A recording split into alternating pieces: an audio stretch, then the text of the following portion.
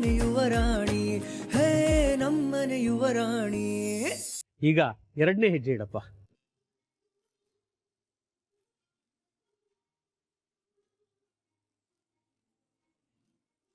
ಎರಡನೇ ಹೆಜ್ಜೆ ಬಲವೃದ್ಧಿಗೆ, ನಮಗೆ ಆರೋಗ್ಯ ಶಕ್ತಿ ಕೊಡ್ಲಿ ಅಂತ ಆ ದೇವರಲ್ಲಿ ಇಬ್ರು ಪ್ರಾರ್ಥನೆ ಮಾಡ್ಕೊಳ್ಳಿ ಅಂತ ಎರಡನೇ ಹೆಜ್ಜೆ ಇಟ್ಟಿದ್ದೀರಾ. ಜೀವನವೆಲ್ಲ ಸುಖಮಯವಾಗಿರ್ಲಿ ಅಂತ ಒಬ್ರಿಗೊಬ್ರು ಪ್ರಮಾಣ ಮಾಡ್ತೀರಿ.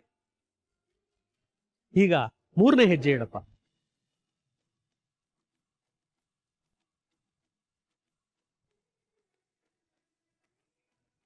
ಇದು ಧನವೃದ್ಧಿಗೋಸ್ಕರ, ಮನೆಯಲ್ಲಿರುವ ಧನ ಕನಕ ಐಶ್ವರ್ಯ ಎಲ್ಲ ವೃದ್ಧಿ ಮಾಡಕ್ಕೋಸ್ಕರ ಗಂಡ ಹೆಂಡತಿ ಒಬ್ರಿಗೊಬ್ರು ಕೈ ಜೋಡಿಸ್ತೀವಿ ಅಂತ ಪ್ರಮಾಣ ಮಾಡಿ.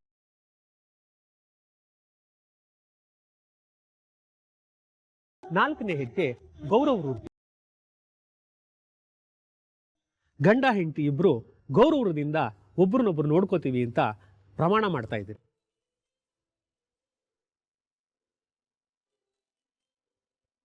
ಐದನೇ ಹೆಜ್ಜೆ ಸಂಬಂಧ ವೃದ್ಧಿ.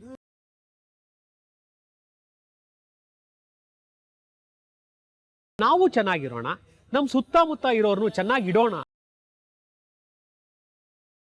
ಇತರರಿಗೂ ಒಳ್ಳೇದಾಗ್ಲಿ ಅಂತ ಕಟಿಬದ್ಧರಾಗೋಣ. ಆರನೇ ಹೆಜ್ಜೆ ಇಡ್ಲಿ.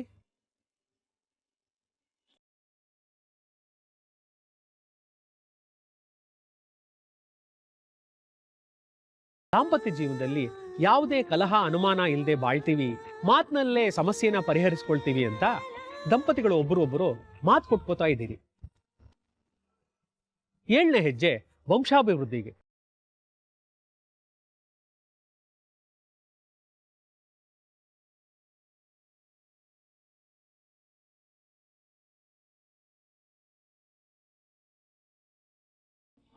ಶಾರೀರಿಕವಾಗಿ ಮಾನಸಿಕವಾಗಿ ಸದೃಢ ಸಂತಾನವನ್ನು ಪಡೆದು ವಂಶವನ್ನ ವೃದ್ಧಿ ಮಾಡ್ತೀವಿ. 7 ಹೆಜ್ಜೆ ಇಟ್ಟು 7 ಜನ್ಮಕ್ಕೂ ನಮ್ಮ ಪ್ರೀತಿನ ಸ್ಥಿರಗೊಳಿಸ್ತೀವಿ ಅಂತ ಪ್ರಮಾಣ ಮಾಡ್ತಿದ್ದೀರಿ.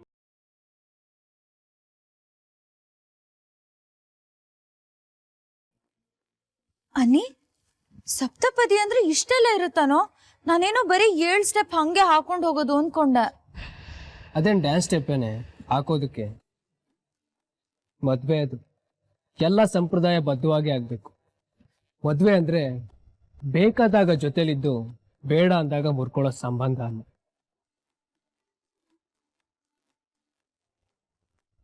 ಅನ್ನಿ, ಇವ್ರೆಲ್ರು ಪ್ರಾಮಿಸ್ ಮಾಡ್ದಂಗೆ ಇದ್ಬಿಟ್ರೆ ಲೈಫ್ ಸೂಪರ್ ಅಲ್ಲ? ಸೂಪರ್ ಏನು, ನಂದಾ ಗೋಕುಲ. ನಮ್ಮ ಮನೆ ನಂದಾ ಗೋಕುಲ ಆಗುತ್ತೆ.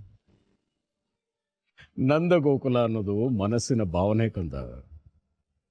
ಯಾರೇ ಬರೋದ್ರಿಂದ ಹೋಗೋದ್ರಿಂದ ಅದಾಗೋದಿಲ್ಲ.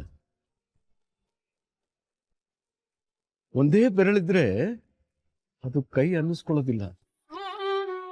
5 ಬೆರಳುಗಳು ಸೇರಿದ್ರೇನೆ ಕೈ. ಹಾಗೆ ಕುಟುಂಬ ಅಂದ್ರೆ ಒಟ್ಟಿಗೆ ಒಟ್ಟಾರೆ ಇದ್ರೇನೆ ಅದು ನಂದ ಗೋಕುಲ. ರೀ, ಯಾರೋ ಬರೋದ್ರಿಂದ ಹೋಗೋದ್ರಿಂದ ಅದಾಗೋದಿಲ್ಲ. ನೀವ್ ಹೇಳೋದು ಒಪ್ತೀನಿ ತಾತ, ಆದ್ರೆ ಅದಕ್ಕೆ ಬರೋದ್ರಿಂದ ಮನೆ ಅಟ್ಮಾಸ್ಫಿಯರ್ ಚೇಂಜ್ ಆಗುತ್ತಲ್ವಾ?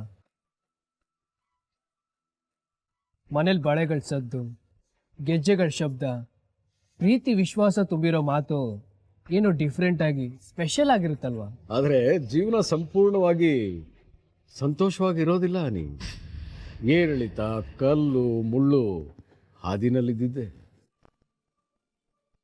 ಅದನ್ನ ಹೇಗೆ ನಿಭಾಯಿಸ್ತಾರೆ ಅನ್ನೋದ್ರ ಮೇಲೆ ಕುಟುಂಬದ ಸುಖ ನೆಮ್ಮದಿ ನಿಂತಿರುತ್ತೆ.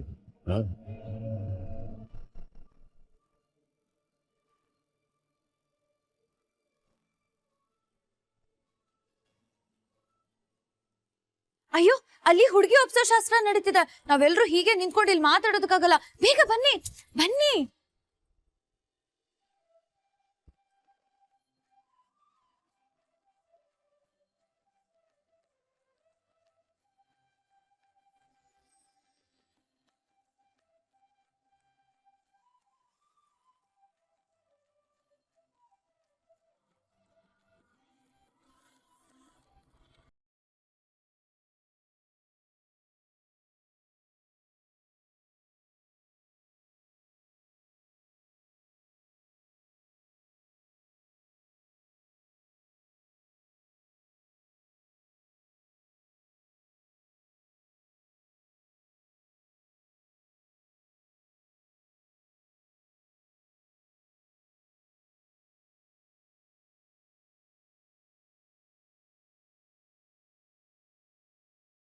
ಅಳಿಯಂದ್ರೆ ಧರ್ಮೇಚ ಅರ್ಥೇಚ ಕಾಮೇಚ ನಾತಿ ಚರಾಮಿ ಅನ್ನೋ ವಚನದ ಮೇಲೆ ನನ್ನ ಮಗಳನ್ನ ನಿಮ್ಗೆ ಒಪ್ಪಿಸ್ತಾ ಇದ್ದೀನಿ.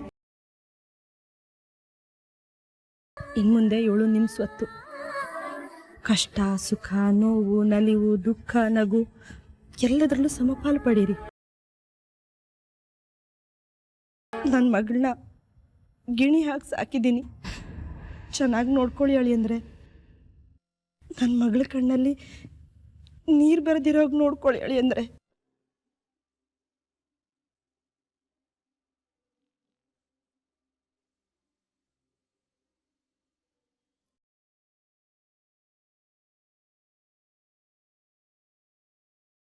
ಅಮ್ಮ, ಮೀರಕ್ಕಂಗೂ ನೀವು ಹೇಗೆ ಮದುವೆ ಮಾಡ್ತೀರಾ?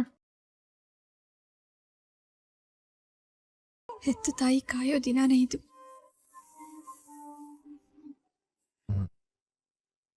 ನೀವೇನು ಚಿಂತೆ ಮಾಡಬೇಡಿ. ನಿಮ್ಮ ಮಗಳ ಜೀವನದಲ್ಲಿ ಬರೀ ಸುಖ ಸಂತೋಷ ಮಾತ್ರ ತುಂಬಿರುತ್ತೆ. ನನ್ನ ಪಾಲಿನ ಸುಖ ಸಂತೋಷ ಎಲ್ಲ ಅವ್ರದ್ದಾಗಿರುತ್ತೆ, ಅವ್ರ ಪಾಲಿನ ದುಃಖ ಎಲ್ಲ ನಂದಾಗಿರುತ್ತೆ.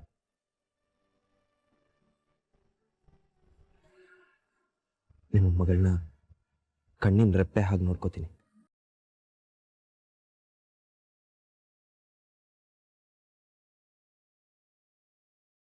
ಅವ್ರನ್ನ ನೋಡ್ಕೊಳ್ಳೋದ್ರಲ್ಲಿ ಒಂದು ಸಣ್ಣ ವ್ಯತ್ಯಾಸ ಆದ್ರೂ ನನಗೆ ತಿದ್ದಿ ಬುದ್ಧಿ ಹೇಳೋದಕ್ಕೆ ನೀವು ಯಾವಾಗಲೂ ನನ್ನ ಜೊತೆನೇ ಇರ್ತೀರಲ್ವಾ?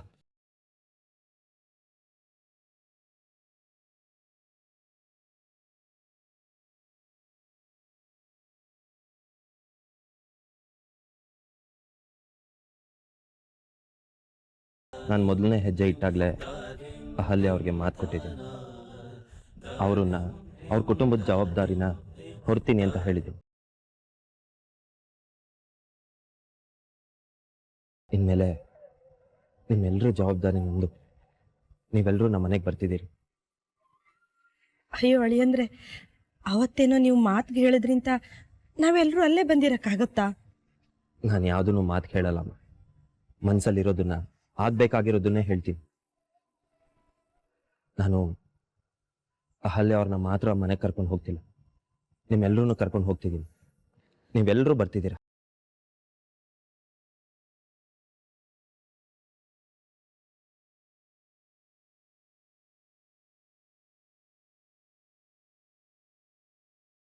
ನೋಡ್ದ್ಯಮ್ಮ, ಭಾವ ಸುಮ್ನೆ ಮಾತಾಗ್ ಮಾತ್ರ ಹೇಳಿಲ್ಲ, ನಾವ್ ಅವ್ರ ಮನ್ಸಲ್ಲೂ ಇದೀವಿ.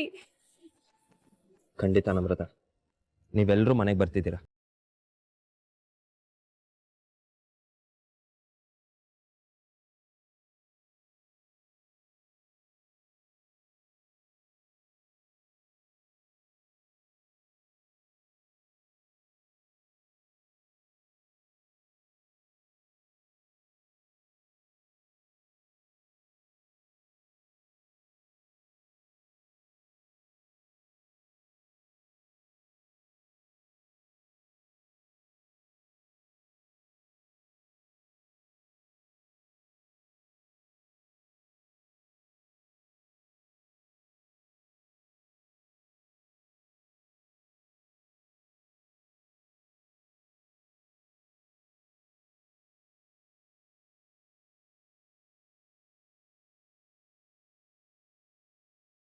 ಏನೇ ಆದ್ರೂ ಈ ಸಿನಿಮಾ ಹಾಡಂತೂ ಬಿಡಲ್ಲ ಅಲ್ವಾ ನೀನು?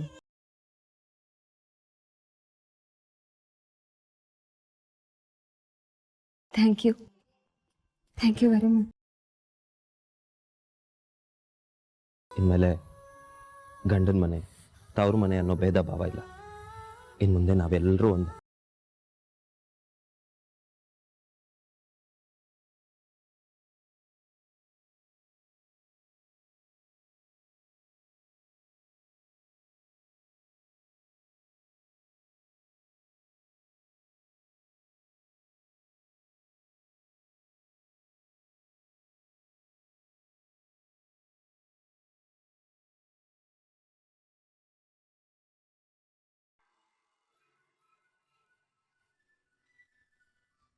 ತಾತ, ಮದ್ವೆ ಎಷ್ಟು ಸಖತ್ತಾಗೈತಲ್ಲ.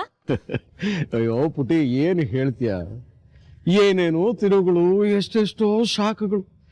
ಈ ರೀತಿನೂ ಮದುವೆ ಆಗತ್ತೆ ಅಂತ ನನ್ನ ಇಷ್ಟು ವರ್ಷದ ಅನುಭವದಲ್ಲಿ ನನ್ಗೆ ಈಗ್ಲೇ ಗೊತ್ತಾಗಿದ್ದು ಪುಟಿ. ಅಲ್ವಾ ತಾತ, ಈ ಮದ್ವೆ ಒಂಥರ ಥ್ರಿಲ್ಲರ್ ಸಸ್ಪೆನ್ಸ್ ಮೂವಿ ತರ ಇತ್ತು. ಮದ್ವೆ ನಡೆಯುತ್ತೋ ಇಲ್ವೋ ಅನ್ನೋ ಟೆನ್ಷನ್ ಅಲ್ಲಿ ಇತ್ತು. ಸದ್ಯ ದೇವ್ರ ದಯೆಯಿಂದ ಈ ಮದ್ವೆ ಆಯ್ತು. ಇನ್ನೊಂದು ಏನು ಪ್ರಾಬ್ಲಮ್ಸ್ ಇರಲ್ಲ, ಏನು ತೊಂದರೆಗಳಿರಲ್ಲ. ತೊಂದರೆ ಇಲ್ದೆ ಜೀವನ ಯಾರೇ ಪುಟಿ. ಸುಖ ಏನು ಅಂತ ತಿಳಿಬೇಕು ಅಂದ್ರೆ ಕಷ್ಟ ಏನು ಅಂತ ಗೊತ್ತಾಗ್ಬೇಕು. ಯಾಕೆ ತಾತ ನೆಗೆಟಿವ್ ಆಗಿ ಮಾತಾಡ್ತಿದ್ದೀರಾ? ನೋ, ರಿಯಾಲಿಟಿ, ವಾಸ್ತವತೆನ ಹೇಳ್ತಾ ಇದ್ದೀನಿ.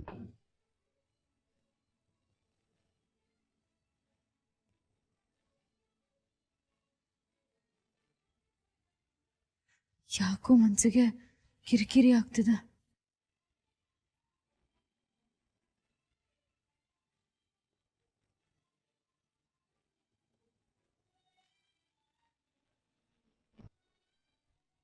ತಾತ, ಈ ಬೆರಳಲ್ಲಿ ಒಂದೆರಡು ಮುಟ್ಟಿ. ಯಾಕಮ್ಮ ಮತ್ತೆ ಬೆರಳು ಕುಮಾರ ಭವಿಷ್ಯ ಪ್ರಾರಂಭ ಆಯ್ತಾ? ಎಲ್ಲ ಸರಿ ಹೋಯ್ತಲ್ಲ, ಮತ್ತಿನ್ನೇನ್ ಡೌಟ್ ನಿನಗೆ? ಎಲ್ಲ ಸರಿ ಇದೆ ತಾತ, ಆದ್ರೆ ಕ್ಯೂರಿಯಾಸಿಟಿಗಷ್ಟೇ. ಹ್ಮ್. ಹ್ಮ್, ಹ್ಮ್, ಹ್ಮ್.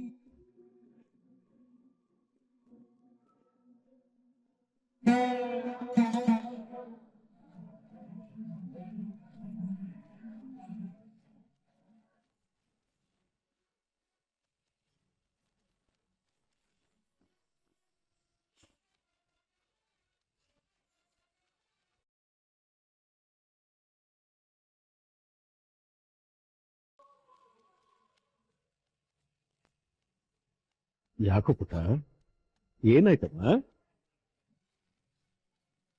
ಇವಳಿಗೇನಾಯ್ತಾತ? ಊಟ ಜಾಸ್ತಿ ಆಯ್ತಾ ಹೇಗೆ? ಈ ಕೂತಿದ್ದಾಳೆ. ಏನೋ ಗೊತ್ತಿಲ್ಲ.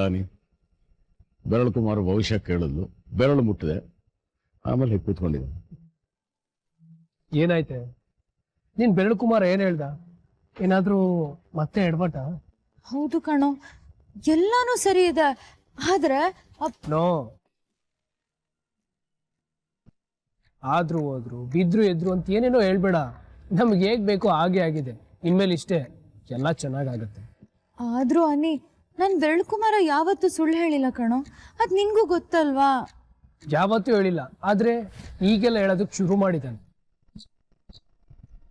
ನೋಡು, ಮತ್ತೆ ತಲೆ ಕೆಟ್ಟಿರೋ ಥರ ಮಾತಾಡ್ಬೇಡ. ಎಲ್ಲ ಸರಿ ಹೋಯ್ತು ತಾನೆ? ಎಲ್ಲ ಸರಿ ಹೋಗಿದೆ ಅಂತ ನಿನ್ಗೂ ಕಾಣಿಸ್ತಾ ಇದೆ ತಾನೆ? ಮತ್ತೇನೇ ನಿನ್ಗೋಣ? ನಿಜ ಕಣೋ, ನಂಗೂ ಇತ್ತೀಚೆಗೆ ಎಲ್ಲ ರಾಂಗ್ ಇಂಟ್ಯೂಷನ್ಸೇ ಆಗ್ತಿದೆ. ಅದೇನೋ ಗೊತ್ತಿಲ್ಲ, ನಾನು ಅನ್ಕೊಂಡಿದ್ದೆಲ್ಲ ಉಲ್ಟಾ ಆಗ್ತಿದೆ. ಒಂದು ನನಗ್ ತಲೆ ಕೆಟ್ಟಿರ್ಬೇಕು, ಅಥವಾ ಬೆರಳು ಕುಮಾರಂಗ್ ತಲೆ ಕೆಟ್ಟಿರ್ಬೇಕು. ಯಾವಾಗ್ಲೂ ಏನಾದ್ರೂ ಒಂದು ಎಡವಟ್ಟು ಹೇಳ್ತಿರ್ತಾನೆ. ಇವಾಗ ಸರಿಯಾಗಿ ಅರ್ಥ ಮಾಡ್ಕೊಂಡೆ. ಡೋಂಟ್ ವರಿ, ಇನ್ ಮುಂದೆ ನೀ ಹೇಳ್ದಾಗೆ ನಮ್ಮ ಸಂಸಾರ